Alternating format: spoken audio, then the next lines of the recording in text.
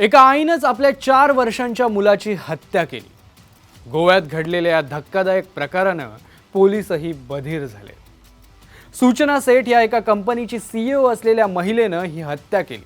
त्यानंतर मुलाचा मृतदेह बॅगमध्ये भरून पळ काढण्याचा प्रयत्नही केला.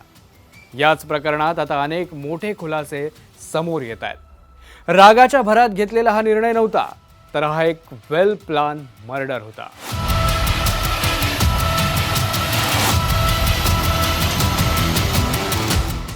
बंगळुरूची सूचना सेठ हत्येच्या हेतूनच गोव्यामध्ये वीकेंडला आली होती. सूचनाच्या रूममध्ये कप सिरपच्या बॉटल्सही सापडल्या. हत्ये अगोदर सूचनानं मोठ्या प्रमाणात मुलाला कप सिरप देऊन बेशुद्ध केलं. पोस्टमॉर्टम रिपोर्टनुसार गुदमरून मुलाचा मृत्यू झालाय.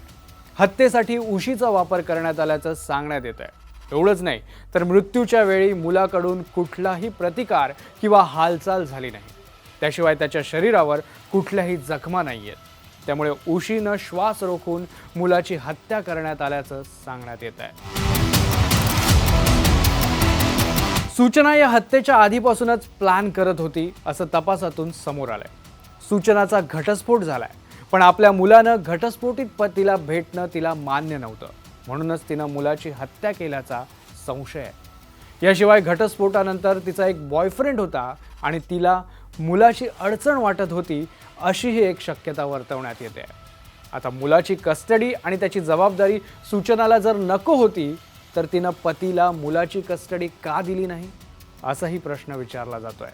आता कफ सिरपच्या वापरामुळे इतकं पक्क झालंय की सूचना सेठ हत्येचा प्लॅन करूनच गोव्यात दाखल झाली होती.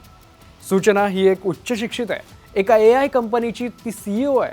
पण या हत्येनं सध्या तरी एकच खळबळ माजली आहे.